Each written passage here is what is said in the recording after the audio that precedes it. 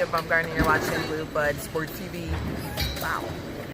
What's good, YouTube? It's your boy, Blue Bud Sports TV, back at y'all with another one.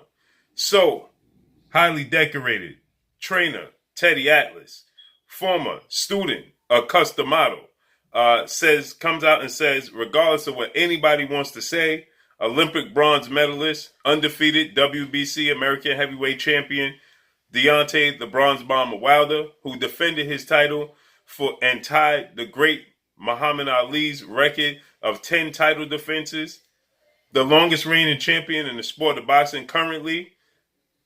Deontay Wilder, the Bronze Bomber, is the hardest puncher in the history of the sport of boxing. He's the best puncher in the history of the sport of boxing, Teddy Atlas says. Right? Teddy Atlas says the way he sets up his punches, he says the late, great Customato would be absolutely ecstatic. He would be proud. He said, I would be doing myself and him a disservice if I didn't mention how and why he sets up his punches. A lot of people love to talk about the fact that he gets overzealous. He's not technically sound. He gets sloppy in his approach and inside the ring.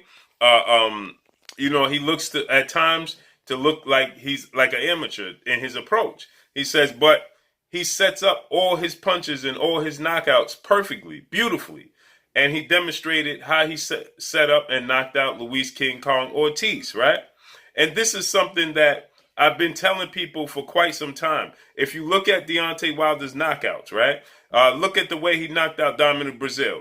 It was different from the way he knocked out Ortiz the first time. Look at the way he knocked out Bermane Stiverne. It was different from the way he knocked out Dominic Brazil. Look at the way he knocked out Arthur Spilka, right? It was different from the way he knocked out Luis Ortiz, Brazil, anybody. Look at the way he set up and dropped and nearly knocked out Tyson Fury, which should have been ruled a knockout. But look at the way that played out, right? He set it up.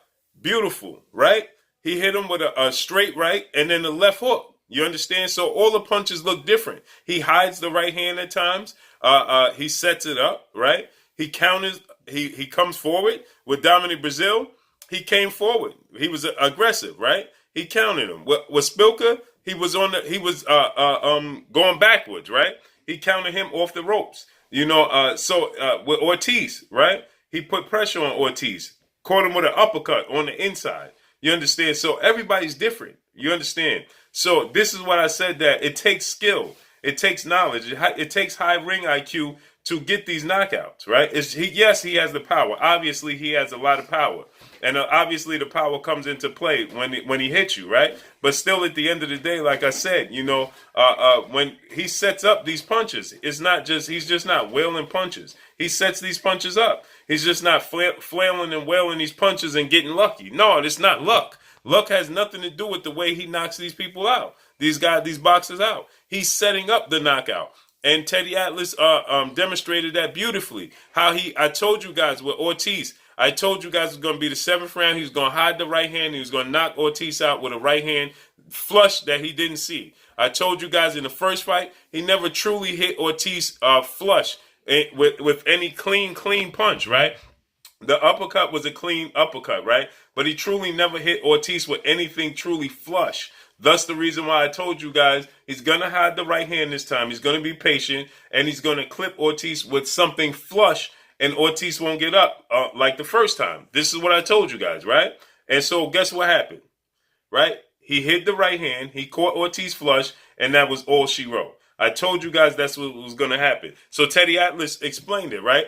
He said he didn't even want to touch him with the jab, with the left hand. He just put the left hand out there just to blind Ortiz. He said he put his hand right in his eyes and right behind it. He didn't truly want to touch him with it. He just wanted to block his vision for a split second and then come right behind it with the right hand. And that's exactly what he did. He said this is something that Customato was teaching. He said this is the way George Foreman knocked out Michael Moore. He named a few other legends that he said this is the way you set up your power. He said the Customato always said, what's the point in having all the power if you have no destination for it? You have to set it up so it can hit its target. If you have all the power in the world and it can't hit its target, it's pointless, right? So Deontay Wilder can have all the power in the world, but if he can't set it up, right? You don't have a high ring IQ to be able to set these punches up, then it's pointless. So this is why I tell people, stop listening to the detractors, stop listening to people with agenda that tell you Deontay Wilder doesn't have a high ring IQ. He can't box.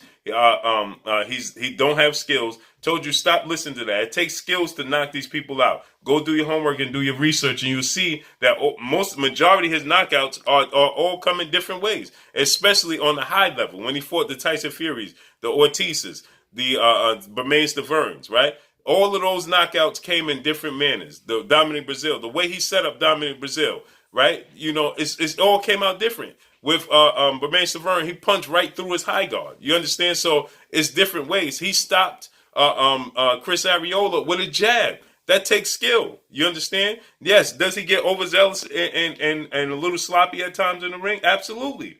Right? But you show me who in the fight that have never gotten that way. It's a handful. And I'm not saying that he's a high-level skill fighter like Floyd Mayweather or Sugar Ray Leonard and Muhammad Ali. Never said that.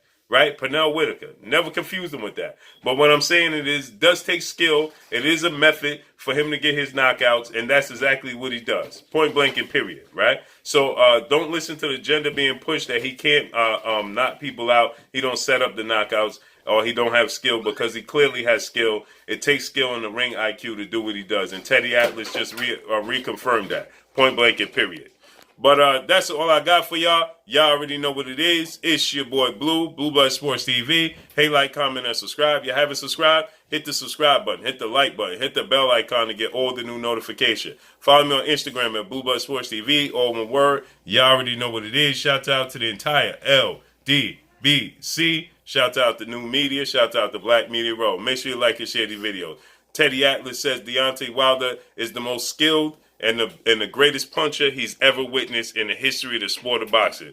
Hands down, he said, never mind what people are trying to tell you. He's the most skilled and the best puncher I've ever seen, point blank and period. And it takes skill to set up the punches that he does. That's all I got for y'all. Peace.